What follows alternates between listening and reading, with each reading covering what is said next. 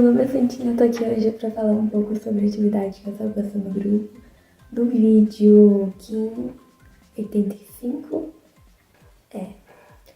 onde ele fala sobre o Kim e sobre selos, só que essa parte eu não entendo muito bem, então eu vou me especificar, mas aonde eu entendo, que é sobre as partes da raiva que ele fala, sobre as partes da vida, a transformação, conexão, mudar quando a gente realmente quer.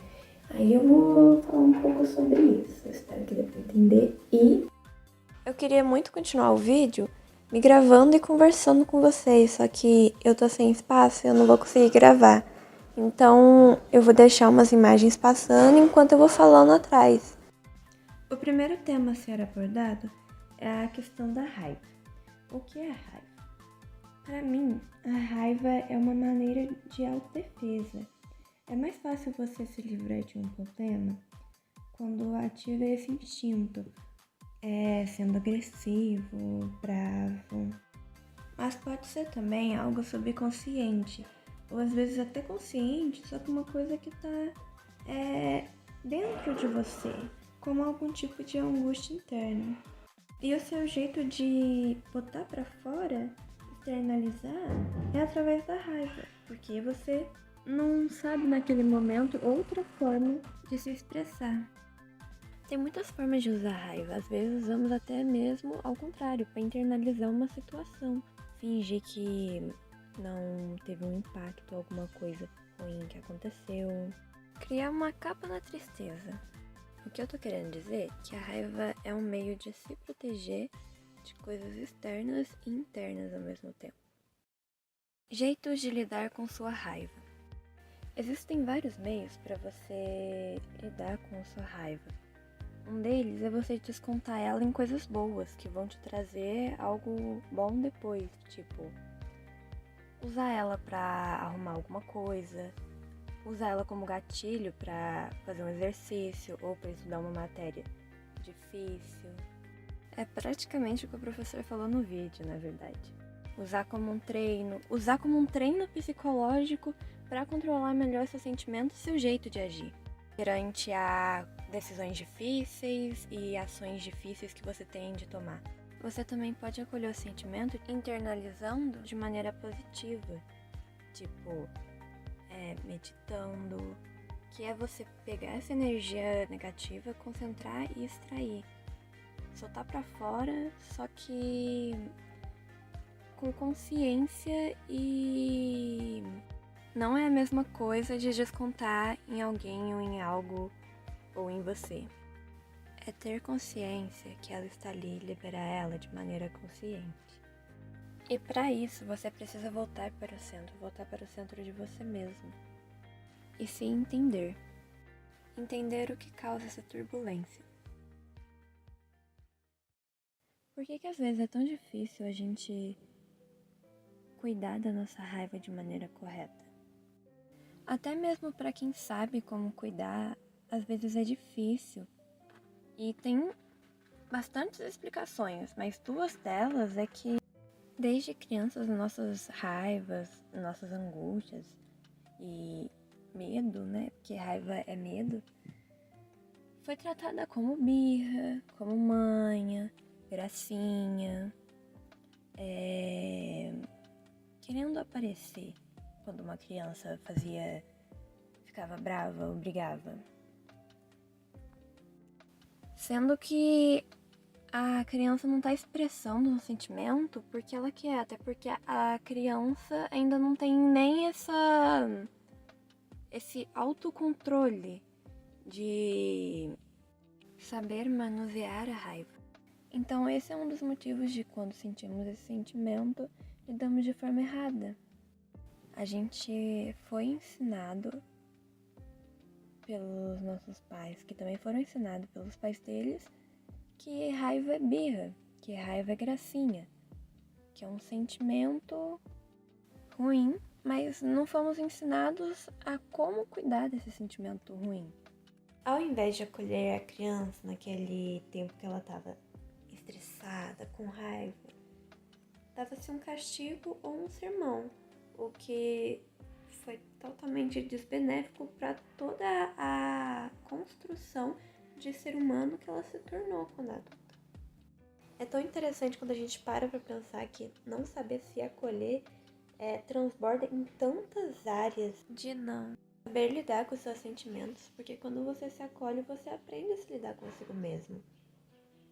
E hoje em dia, até para quem sabe como lidar, é difícil controlar porque não é uma coisa que a gente tem de experiência desde pequena. E também tem essa característica da gente ter como experiência estourar, porque quando éramos crianças e estourávamos, eu tô generalizando, mas a maioria dos pais estouravam também.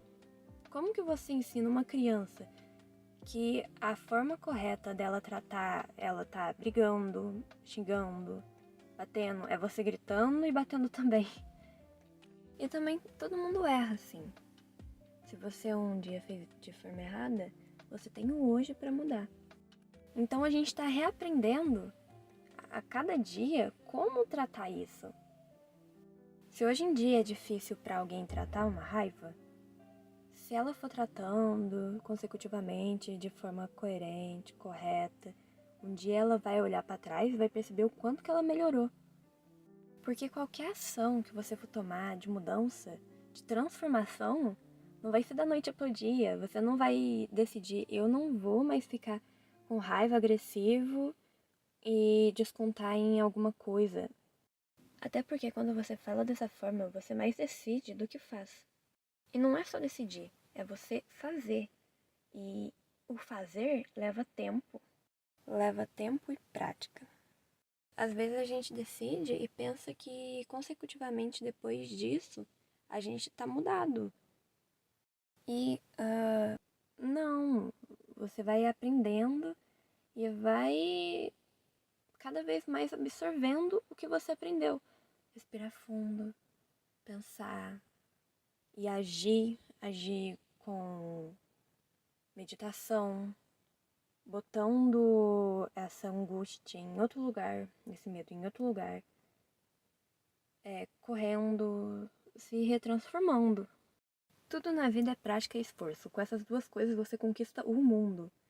E mesmo que agora seja difícil você controlar qualquer coisa que você esteja sentindo ou qualquer ação, mesmo que tenha decidido, um dia será muito mais fácil quando você já tiver essa prática e esse costume dentro de você. O segundo motivo pelo qual não cuidamos da nossa raiva de forma correta, mesmo quando sabemos como cuidar, é porque às vezes a gente sente que devemos expressar ela de forma negativa, às vezes descontando ela em alguma coisa, em alguém, sendo que é aquilo. Raiva gera raiva, ódio gera ódio, ignorância gera ignorância. Então a moral da história é que você só vai estar manifestando pra você o que você faz. Toda causa tem uma consequência, igual toda ação gera uma consequência. Então, o que que você faz, o que que você emana, vai voltar tudo pra você em algum momento da sua vida, em algum momento da sua existência. Então, o que temos que parar para refletir é se realmente vale a pena você expor uma negatividade assim tão grande, mesmo sabendo que ela vai voltar para você em algum momento. E geralmente volta 2 vezes mais impactante. Mas acima de tudo, temos que ver também o fato de sermos seres humanos. E quando vem uma atitude de raiva, quando sentimos esse medo excessivo, a gente não tá com total controle sobre nós. Então é sobre isso que trata, meditar, que tá sempre ali naquele controle do que você está fazendo, para nunca tomar atitudes desproporcionais a uma situação. Somos seres humanos e erramos, e é normal errar e aprender. Esse é o ciclo da vida de todo ser vivo. Mas até mesmo em momentos quando estamos com raiva, tem um pico onde sentimos um pouco de noção antes de fazer qualquer ação. Então, mesmo assim, a gente tem que saber quando vir esse pico de noção, a gente se apropriar dele e tentar liberar essa raiva de maneira mais positiva para você o possível e para tudo e todos. Então, para encerrar esse primeiro tópico sobre a raiva, não precisa se colocar em justa posição. Não tem ali uma ameaça tão grande que seja necessário que você mostre a sua pior versão. E você também não precisa expressar sua raiva para aliviar algum tipo de peso, porque tem outras formas mais positivas para você fazer isso. Até porque quando a gente libera a raiva, a gente também libera o sentimento de culpa ou de assertividade. E quando você parar para pensar, realmente me trouxe algum alívio interior liberar essa raiva? E as consequências que eu tive depois? Ou você vai ter a consequência de se sentir culpado, ou o universo, de alguma forma, alguma hora vai mostrar pra você e vai consecutivamente tentar mostrar pra você que aquilo não é coerente, até você entender, até você aprender que a raiva não é o melhor jeito de lidar. O segundo tema a ser tratado é sobre a vida. Mudança, respeitar o nosso corpo. Também sobre não ficar parado, porque a vida muda e ela não pergunta se a gente está pronto. Essa questão é fabulosa e devia ter mais palco de debate na sociedade atual, porque é uma coisa deveras importante. Ainda mais retratar sobre voltar para o centro de nós. Originalidade, individualidade, curiosidade e autenticidade. Os jovens de hoje em dia estão perdendo isso com o tempo. Eu falo porque eu sou jovem. As pessoas estão cada vez mais se perdendo de quem são, entrando em um personagem taxado. Uma coisa que eu tenho que aplaudir é que sim, creio que nossa geração é uma geração que respeita, ou talvez a que mais respeite, a individualidade de cada um. Mas, do que adianta você respeitar a individualidade do outro se quando você olha para dentro de si mesmo, você não sabe me dizer quem é você? A internet trouxe coisas maravilhosas, mas poucos sabem como aproveitar. As pessoas estão ficando cada vez mais de mente, intelecto e alma vazias, sem estímulos aparentes. A não ser o de querer tudo num piscar de olhos. E isso também é culpa das redes sociais e de nós mesmos que não sabemos controlar a tela infinita. Mas todos sabemos disso. Às vezes queremos tanto mudar, nos transformar, mas esquecemos que para isso é necessário ação. Eu falo de se autoconhecer e não ficar empurrando carroça. Você não vai acordar um dia e falar, nossa, quero me autoconhecer. Você pode até fazer isso como um estímulo para começar a mudar. Mas toda vez que a gente segue por esse caminho, nunca vai longe com a ideia, porque a gente fica dependente do estímulo para fazer algo. Você está querendo uma mudança, mas o que você precisa é de uma transformação. Quem assistiu os vídeos do professor sabe do que estou falando. E para transformar, você tem que aprender a trabalhar sem estímulo. Transformação só acontece quando você sabe e faz, mesmo sem estímulo. Transformar incomoda, mas é necessário. Tudo que incomoda na evolução é necessário e tem que estar ali. E para quem não quer sair do cotidiano, da mesmice, saiba que não existe não se transformar. Estamos em constante amadurecimento e mudança. Mudamos o tempo todo. A nossa existência é feita da mudança desde que nascemos até o final. Há 2 minutos atrás você não é que nem você é agora. Isso não parece verídico, mas é verídico. Você já pensou algo diferente, isso já mudou o seu ponto de vista. Você tá pensando algo agora que tá mudando completamente seu ponto de vista de alguma coisa. Então, não existe não querer sair do habitual, porque o momento que você está, o estar já não existe mais. O estar já foi, o estar já é passado. O presente é tipo um futuro existente do agora. Não existe não querer sair da sua zona de conforto. E olha só, até para isso você precisa se conhecer. Eu sou adolescente e cometo os mesmos erros. E quando eu falo de mudança, eu não tô falando só de rotina, que parece que é um pouco puxado para isso, mas eu tô falando da tecnologia. Temos que sair um pouco disso e voltar para o centro de nós. É ficar fissurado do jeito que a nossa geração está na tecnologia é doideira. Estamos perdendo nossa individualidade para o genérico da sociedade. Como pode ser normal uma rotina em que você passa mais tempo em telas do que consigo mesmo? E não é só isso, se continuarmos por esse caminho das redes sociais, iremos sim mudar. Não saberemos aproveitar a arte que é o processo. Nosso cérebro irá cada vez mais se retardar por falta de exercícios, leituras. Somos uma geração que está condenada a ser mais burra do que a geração dos nossos pais. Isso porque as plataformas não foram feitas para ser algo benéfico. Tem fins lucrativos por trás. Elas não estão preocupadas com a saúde e o psicológico das pessoas. Se tivessem, a partir do momento que viram que o formato de vídeo vertical prejudica demais as capacidades das pessoas, não existiria mais Reels, Shorts, TikTok, Kawaii. Eles sabem o quão prejudicial esse formato é, mas para que mudar o que tá dando grana para eles? Hoje em dia, o que segura uma pessoa nas redes sociais, por mais escroto que seja, é ficar lá fissurado em dopamina e descer a tela infinita. E para eles isso é incrível. Pode se considerar também um vício pior do que drogas. Está todo mundo conectado e desconectado ao mesmo tempo. Porque é algo que está totalmente normalizado hoje em dia.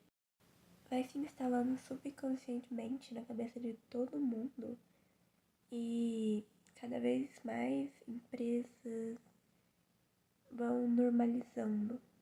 Eu tenho certeza que se pudéssemos voltar no tempo, um tempo antes do desenvolvimento de aparelhos tecnológicos, e perguntasse para as pessoas daquele tempo o que elas fariam se pudessem ter toda a informação do mundo em suas mãos, todo o conhecimento existente, com certeza não imaginariam ou responderiam que seria o que a gente faz. Simplesmente ignoramos esse fato. Ficamos mais tempo olhando para o externo, para a vida de outras pessoas. É uma visão de vida perfeita que a sociedade, com as redes sociais e todo o marketing envolvido, mostra pra gente do que olharmos para o centro de nós. E esse tipo de consumo que temos em redes sociais não é nem um pouco saudável, porque a gente cria uma idealização de vida que não existe, não condiz com a realidade de ninguém. Então, o que a gente tem que fazer para não cair nesse paradoxo da nossa geração é sair do externo e voltar para o externo, voltar para dentro de nós. A primeira coisa a se fazer é nos conhecer, entender as nossas necessidades humanas e nós mesmos, quem somos, e depois buscar conhecimento. Não se trata só de estudar, é buscar conhecimento. Ter o conhecimento de variadas coisas, porque conhecimento só traz benefícios, benefícios ao nosso intelecto, ao nosso espírito. Então foi essa a reflexão de hoje, eu espero que tenham gostado e até mais. Tchau!